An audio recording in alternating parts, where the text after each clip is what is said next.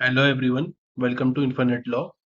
आज हम पढ़ेंगे साइबर लॉ के e contracts under cyber law. Table of contents में देखते हैं। पहले हम देखेंगे इंट्रोडक्शन, फिर देखेंगे what is an electronic contract e contract, फिर उसके बाद हम देखेंगे what is the legal validity of e contract, और फोर्थ हम देखेंगे Indian evidence act and e contract, and fifth one is kinds of e contract. ये ई कॉन्ट्रैक्ट 5 टाइप्स के होते हैं, और जो है ये काफी इंपॉर्टेंट पार्ट है इस वीडियो का। तो प्लीज बने रहिए हमारे साथ, और लास्ट में हम देखेंगे स्टैंपिंग ऑफ ई कॉन्ट्रैक्ट। तो चलिए शुरू करते हैं इंट्रोडक्शन से। Like now everything in this world becoming digitalized to meet the requirement of the fast pace world, the traditional pen and paper contracts have now taken form of the new e-contracts. From the simple household gasoline from registration to much complicated patent registration, everything is happen at the click of the mouse। ये बताता है कि जैसे बदलते time के साथ जो है सारी चीजें डिजिटलाइज हो रही हैं, और ट्रेडिशनल पेन पेपर जो कॉन्ट्रैक्ट्स थे जिस टाइप से पहले हुआ करते थे, वो बहुत ही ना के बराबर होना है। और इसका एग्जाम्पल जो इसमें लिखा है, एक जो है गैस के जो है कनेक्शन से लेके और भी कॉम्प्लिकेटेड रजिस्ट्रेशन जो होते थे, जो कि कॉन्ट्रैक्ट के अंदर आते थे, कॉन्ट्रैक्ट एक्ट के अंदर आते थे, वो सिर्फ अब ऑनलाइन हो रहा है, सिर्फ एक क्लिक के through. While the digital tools make digital task a piece of a cake, it also imposed from legal obligation known as e-contract। तो अब हम देखते हैं what is an electronic contract under E contract. Section 2H of the Indian Contract Act 1872 tell us that the term contract is an agreement that is enforceable under the law। Interestingly, in this case of an e-contract, the essence of section 2H is still sustained by only tweaking the mode in which the contracts come into existence। ये बताता है हमको section 2H of Indian contract act के contract एक agreement होता है जो कि इन्फोर्सेबल है अंडर द लॉ। और अगर बात करते हैं इससे रिलेट करते हैं ई कॉन्ट्रैक्ट को, तो ई कॉन्ट्रैक्ट में भी कोई डिफरेंस नहीं है, बस छोटे मोटे उसके जो मोड्स हैं वो चेंज होते हैं, और बाकी वो सेम ही है, उसमें कोई डिफरेंस नहीं है। E contract is an agreement that is enforceable under the law and in all respective drafted negotiated and executed digitally. ये बताता है कि ई कॉन्ट्रैक्ट जो है वो इन्फोर्सेबल अंडर द लॉ है, और वो ड्राफ्ट भी जो है ड्राफ्ट उसका ड्राफ्टेशन निगोशिएशन और एग्जीक्यूशन जो है वो सब डिजिटल ही होता है। उसमें अगर जो भी ई कॉन्ट्रैक्ट है वो कोई तो पेन पेपर का तो कोई मतलब नहीं है। तो वो ऑनलाइन जैसे आप फिल करते हैं तो वैसे ही वो जो है एग्जीक्यूट भी होते हैं उसी प्रोसीजर से। वो अलग प्रोसीजर है, वो हम बाद में पढ़ेंगे।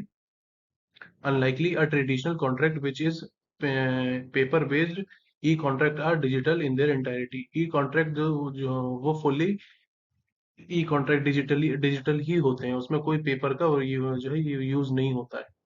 In an e-contract, so there is an absence of the physical meeting of the parties, and a meeting of mind is present absolutely। The parties communicate with each other over the internet or through the telephonic media। E contract में सिर्फ party का absence होता है, बाकी जो है party की आपस में जो है बात करना, और उनका कम्युनिकेशन जो है इंटरनेट के थ्रू या टेलीफोन के थ्रू होता है। बस पार्टी की एब्सेंस होती हैं दो बोथ पार्टीज की।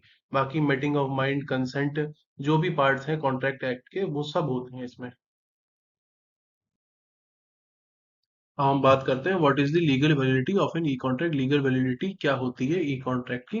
E contract legally recognised under Indian law. It is imperative to emphasize the nexus between section 10A of Indian Contract Act 1872 and section 10A of the Information Technology Act। पहली चीज तो ये e contract जो है वो recognised है under Indian law, और ई contract in दोनों एक्ट से, इंडियन कॉन्ट्रैक्ट एक्ट और इंफॉर्मेशन टेक्नोलॉजी एक्ट के बेसिस पे ही इसको हम कैलकुलेट कर सकते हैं, देखा जाए। क्योंकि अगर कॉन्ट्रैक्ट एक्ट के आइटम्स ना ऐड करें और इंफॉर्मेशन टेक्नोलॉजी एक्ट को भी अगर हम इन दोनों एक्ट्स को आपस में इन दोनों के पॉइंट्स को रिलेट करके ही ई कॉन्ट्रैक्ट बनता है, क्योंकि ई कॉन्ट्रैक्ट इंफॉर्मेशन टेक्नोलॉजी को भी टच करता है और इंडियन कॉन्ट्रैक्ट एक्ट को भी टच करता है। और तो ये दोनों जो है बहुत ही इम्पोर्टेंट एक्ट्स हैं ई कॉन्ट्रैक्ट के लिए देखा जाए तो। Section 10 of the Indian contract act 1872 provide the crucial prerequisites for a contract to be legally valid. Section 10 provide करता है legal validity. It is mandatory that a contract satisfy the essential specified in the section 10 of the contract act। तो इसके essentials क्या है? Essentials जो है satisfy होना जरूरी है, इंपॉर्टेंट है सेक्शन 10 के अंडर इंडियन कॉन्ट्रैक्ट एक्ट में। तो पहला है offer. Offer must be given, acceptance to the offer. Acceptance होना चाहिए। कंसेंसस एड आइटम, इसका मीनिंग है, ये एक लेटेंट टर्म है, इसका मीनिंग है meeting of minds. Lawful consideration मतलब जो है लॉफुल ही होना चाहिए। लॉफुल एक तरीके से कहा जाए कि कोई भी जो है ऐसा असामाजिक तत्व या गैर कानूनी कॉन्ट्रैक्ट नहीं हो सकता है, तो वो लॉफुल ही हो। Contract must be a lawful, और अगर वो लॉफुल नहीं है तो वो कॉन्ट्रैक्ट नहीं हो सकता। अब हम देखेंगे section 10A of the information technology act. Validity of the contract formed through electronic means, where in a contract formation, the communication of proposal and the acceptance of the proposal, the revocation of the proposal and the acceptance, as the case may be, are expressed in electronic forms or by the means of electronic record. Such records shall not be deemed to be enforceable solely under the ground that such electronic forms or means was used for that purpose। ये validate करता है जो भी communication होती है, proposals, acceptance, revocation और expression, तो ये उनको वैलिडिटी प्रोवाइड करता है section 10A of information technology. जैसा कि हम बता चुके हैं कि इन इंफॉर्मेशन टेक्नोलॉजी एक्ट और इंडियन कॉन्ट्रैक्ट एक्ट दोनों के बेसिस पे ही ई कॉन्ट्रैक्ट वर्क करता है। अब through the section 10A of the Information Technology Act 2000, we can procure the validity of the contract formulated through the electronic medium। अब हम देखते हैं Indian evidence act and e contract. Section 55B of Indian evidence act 1872 reinforce the validity of the electronic contract। Section 55B pronounce that any information that is contained in any electronic record that is either printed or on a paper, stored or recorded। तो section 55B Indian evidence act ये validity देता है कि कोई भी information जो कि electronically record हो या वो पेपर पे प्रिंटेड ही हो, मतलब जैसे कि अगर हमारा कोई कॉन्ट्रैक्ट होता है या कोई भी डॉक्यूमेंट्स हैं उसके और हम उसको पेपर पे प्रिंट कर लेते हैं, तो वो ई कॉन्ट्रैक्ट में ही कंसीडर करा जाएगा।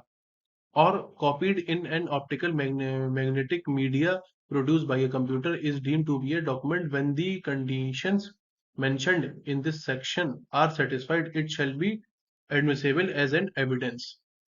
जब ये सब कंडीशंस जो है सेटिस्फाई होंगी, तभी वो एडमिसिबल होगा एविडेंस एक्ट के थ्रू ई कॉन्ट्रैक्ट में, विदाउट फर्दर प्रूफ और production of the original. Kinds of e contract: shrink wrap agreements, click wrap agreements, browse wrap agreements, scroll wrap agreements, sign in wrap agreements. तो ये 5 type के agreements है e contract में, जिसको हम अपनी next video में समझेंगे। और फ्रेंड्स, जैसे कि मैंने 2 वीडियोस पहले साइबर लॉ के ऊपर बनाई है। पहले वीडियो में मैंने इंट्रोडक्शन ऑफ साइबर लॉ और उसकी हिस्ट्री, और नेक्स्ट सेकंड वीडियो में जो मैंने बनाई है वो cyber law with IPC implications. तो ई कॉन्ट्रैक्ट और cyber law with IPC implications ये आपके साइबर लॉ के कोर्स का काफी इंपॉर्टेंट पार्ट है, जो कि एग्जाम में बहुत हेल्पफुल रहेगा। तो मैंने दोनों वीडियोस के लिंक मेंशन कर दिए हैं डिस्क्रिप्शन में, आप जाके देख सकते हैं। Thank you.